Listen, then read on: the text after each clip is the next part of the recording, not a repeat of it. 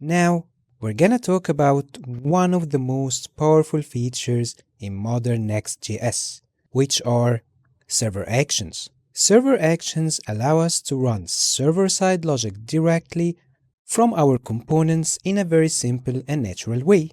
So instead of creating separate API routes, handling endpoints, and manually connecting everything, we can write the server logic exactly where we need it and call it directly from our user interface. And this makes our code much cleaner, easier to understand, and easier to maintain. They're extremely important because they simplify how we handle things like creating posts, updating data, deleting records, and interacting with the database, all in a secure server-only environment. The client never sees the sensitive logic, which makes our applications safer by default. Server actions also improve the developer experience significantly. We write less boilerplate, we move faster, and the connection between the front end and the back end becomes seamless. Instead of thinking in terms of separate front-end and back-end layers, Next.js allows us to think in terms of features and functionality. You see, this is one of the key reasons why Next.js is such a powerful full-stack framework today. It gives us a clean, modern, and efficient way to build real production-ready applications. And now that we understand what server actions are and why they're very important, let's actually go ahead and implement those server actions. So I have a prompt for that named user actions. Let's open its preview and let's go ahead and read it together.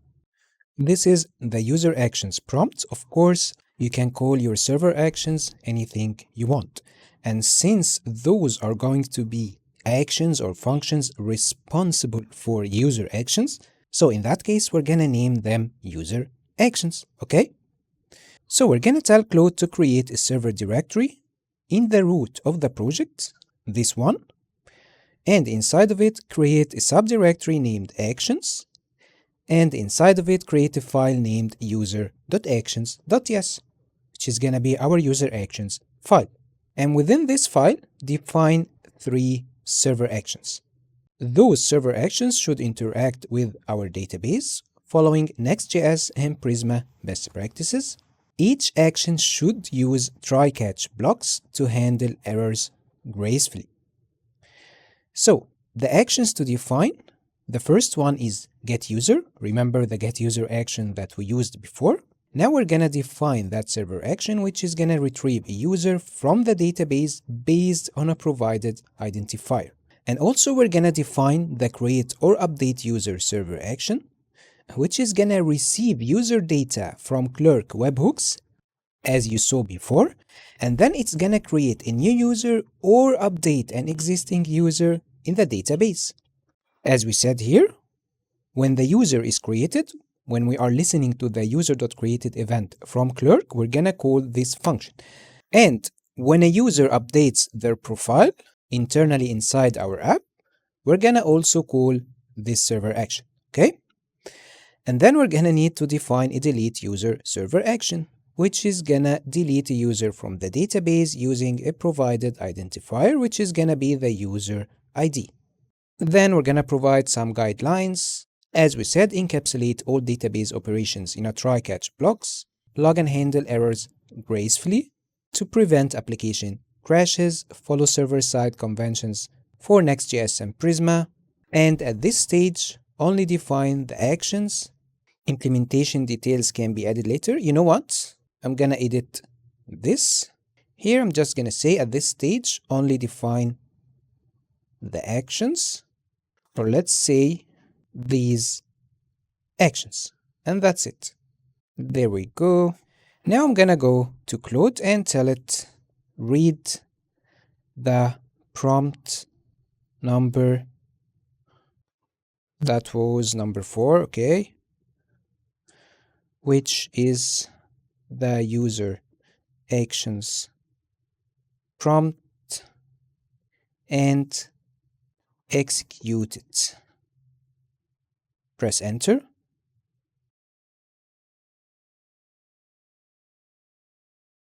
Alright then, now it's gonna create the server folder and actions folder inside of it, and then our user actions file.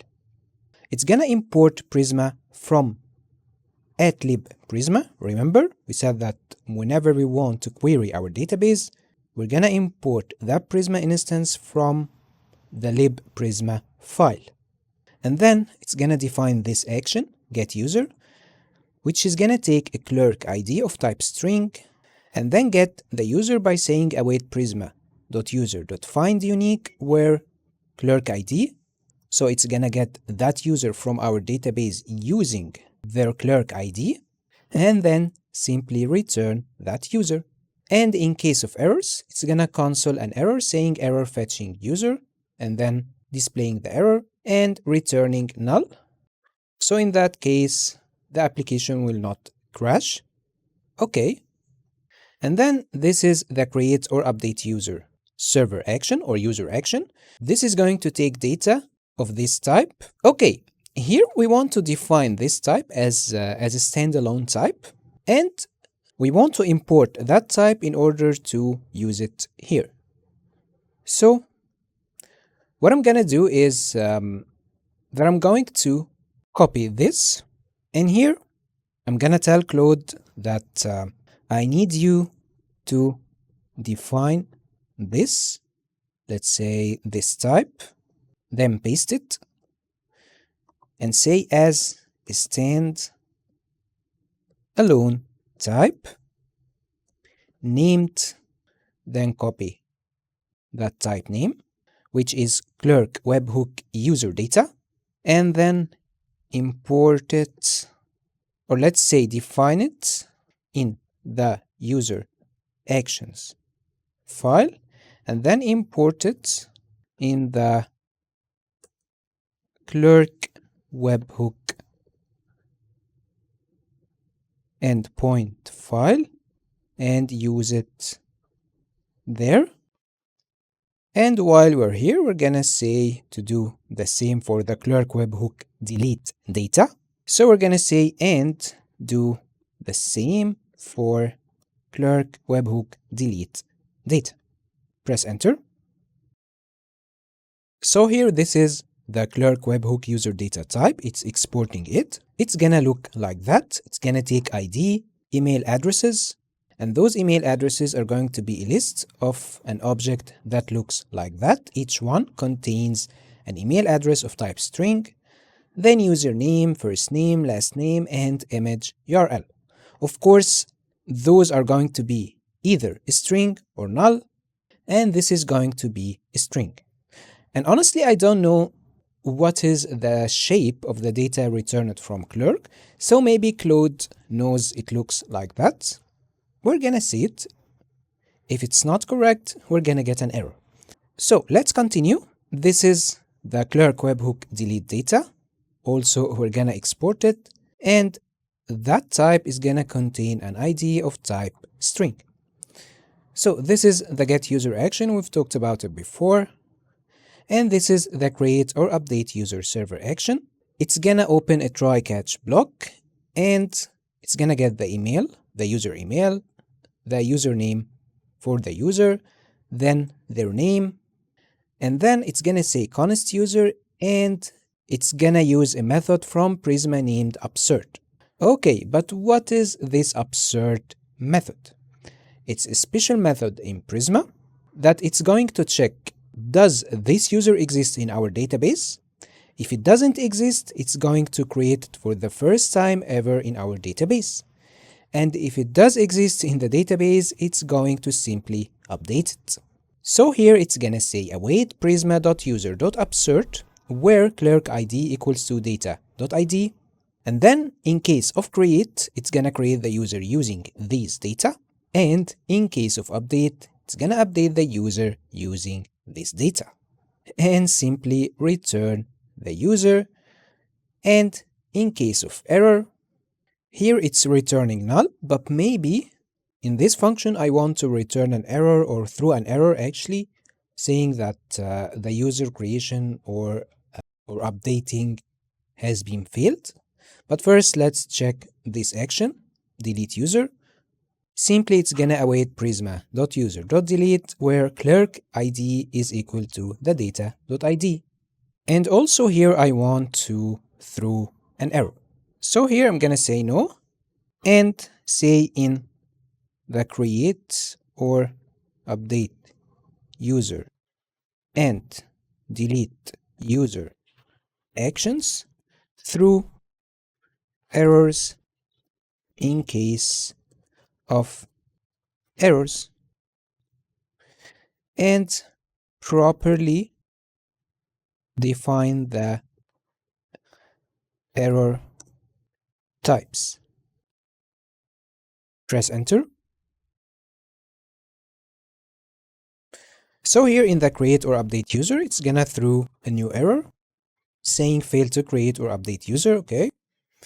And here do the same in the case of delete user. Only here in the get user action, I'm gonna return null, which is gonna indicate that the user simply doesn't exist. So I'm gonna accept these changes. Now it's gonna update the webhook route file. So here it's gonna import those server actions and of course also the types, these types. So I'm gonna say yes. There we go. Now our user actions have been created. Now let's test all of that. We're gonna start by pushing the changes to GitHub. We're gonna say git add all, then git commits, let's say creating clerk webhooks and user actions, then git push. And now let me start our Prisma Studio. I'm gonna say npx Prisma Studio. And this will allow us to see our database data. So as you can see for now, of course, we don't have any data just yet. So what I'm gonna do is that I'm going to go to our clerk project and delete all the users. There we go. Right now we don't have any users. And now let's check our deployment. Oh, we're having an error. Okay, here we're having an error inside the user actions file. Something regarding the export Prisma wasn't found in this module. How come? I think we did export it, right? Okay, let's go to our user actions file. And by the way, first of all, we're gonna need to add here use server. Claude should have added. And then let's check our Prisma file. We are exporting that Prisma instance, right? Okay. Let's check that error here. Let's copy it. And let's go back to Claude and tell it explain why am I getting this error. Now it's gonna check the Prisma lib file. Okay, here it was destructuring that import while we should just import Prisma from @lib Prisma. See, this is why AI is useful, honestly, because that kind of errors, that kind of silly errors actually, would take me sometimes hours to solve, even though they are extremely silly errors. But sometimes you would spend hours searching for a stupid thing like that, right? Just admit it. This kind of stuff happened to you. So now let's just accept that. Now it should be resolved. No errors here. Okay, nice. Now I'm gonna just re-add everything. I'm gonna say git add all, git commit, and provide the same commit, and finally git push. Now I'm gonna go back here, check the deployments again. There we go. Right now it's building. And it's finally ready. So let's actually log in with my Google account one more time and see if it's gonna be saved in our database. Authenticating, very nice. And now I'm redirected to the feed page, which means that I'm successfully authenticated. Let's go back to our clerk dashboard. The user is created here. So I expect here that when I reload my Prisma Studio, I should see the user is created also in our database. So I'm gonna reload the page. And there we go. This is the user created in our own database. See here, this is my own email. So very nice, this is working. Now if I delete it, it should also be deleted from our database, right? Now let's reload. And the user has been deleted from our database. And now since we have this function now, the getUser function, I want to go back to the auth file and simply uncomment that code, save. Okay, right now that import is not correct, so let's re-import it from the user actions. And here we're gonna need to provide the clerk user to that getUser server action. So here I'm gonna tell Claude, since we have the getUser action now, modify the auth.ts file to provide the clerk user ID to the getUser action call and use clerk method current user to get the user ID. And actually clerk does have a method named current user, so we're gonna leverage that. And maybe also I'm gonna say, and if the get user action is commented in any of our files, uncomment it. Now send that to Claude. Okay, see here in the auth.ts file, it's gonna get the clerk user by awaiting a function from clerk here, clerk Next.js server named current user. If no clerk user, just return. Otherwise, await get user with the clerk user.id. So that's correct. And now it's gonna go ahead and uncomment all the commented code related to the auth.ts file.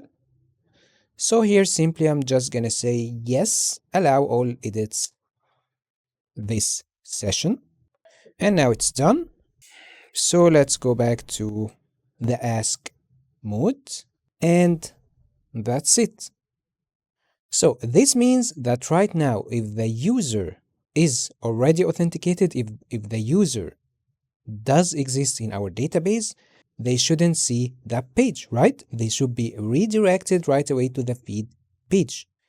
Because here in the page.ts file, we did call that checkAuth function. And that checkAuth function is gonna check if the user exists in our database or not.